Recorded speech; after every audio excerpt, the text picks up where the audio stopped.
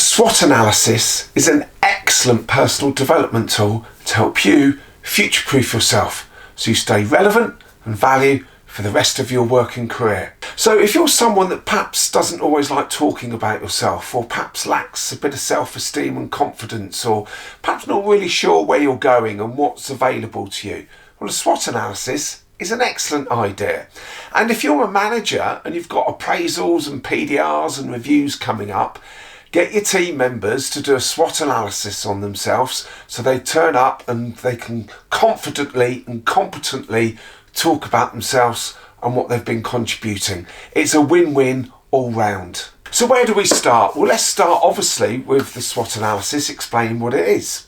It's looking at what your strengths are, perhaps potential weaknesses, opportunities to develop and improve, and any threats that may be holding you back. So let's obviously start with the strengths. Now, I hope this list is going to be longer than the weaknesses. If it's not, you've got me to answer to.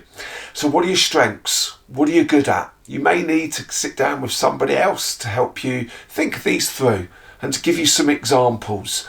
So whatever strengths you come up with, you've then got to sit down and think, how do I demonstrate that in my everyday work? So if you're going to use this for PDRs or appraisals or even job interviews, you've always got to provide examples. So what do we do with our strengths? Well, we need to maximise them. What do I mean by maximising them?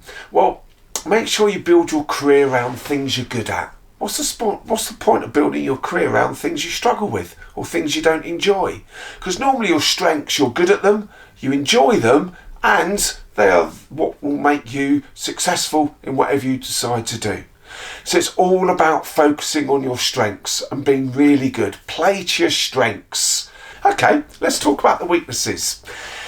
Now, hopefully this list isn't going to be as long as your strengths, but you may find actually some of your weaknesses are overdone strengths. It may be that a great strength of yours is attention to detail. But if you overdo that, that can actually be a bit of a weakness because you get bogged down in too much detail. It may be enthusiasm is a really great strength, but if you overdo it, you actually can become a bit of a pain and wear people out.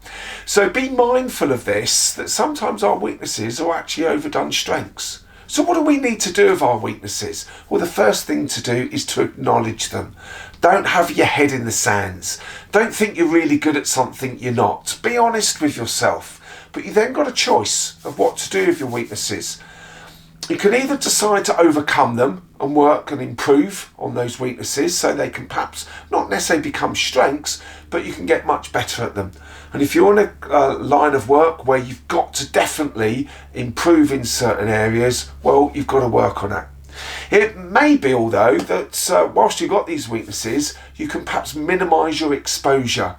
So in other words, if you are not particularly good at report writing or the written word, you don't want to spend your career writing and doing reports, do you?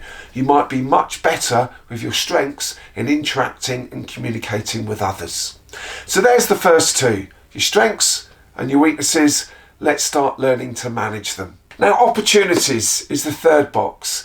And this is one of my favourite boxes because I'm always looking for opportunities. Opportunities to come outside my comfort zone, opportunities to learn, opportunities to develop, opportunities to meet and work with different people. So yeah, they can see that I'm good at what I do. So what opportunities do you need to get involved in? Perhaps putting your hand up for a few more perhaps projects and activities in the working environment, being more proactive and getting involved, stepping up as I call it. You can't stay in your comfort zone forever. You've got to look at opportunities to develop and grow. We can't sit still. We know that in today's environment, change is the new norm. So elbows out, go and find those opportunities. So what do we need to do with our opportunities? We need to take them. Yeah, please don't come up with excuses why you're not doing things that you know that you should be doing. You've only got yourself to blame if you do. So, opportunities, start taking them. The fourth box is threats. So what could be holding you back? Could it be the team that you're working in, the way you're managed? It could be the company, it could be the market, it could be the whole environment you're working in. So could that perhaps be holding you back. Or it may be perhaps the economy, or it may be government regulations, or things that sort of are put in our way. Well, now's the time to decide what you can control and what you can't control. And obviously, I'm going to focus on the things that we can control. So don't worry about too much with the threats, but be aware of them and decide what you can control. Controlling the controllables, we've covered it on other videos, and this is a really important aspect of life. If you need any more help on that, please do get in contact. So there we have the SWOT analysis, our strengths, our weaknesses, our opportunities and threats. Learn to self-manage so you can future-proof yourself for the rest of your working career and enjoy the journey.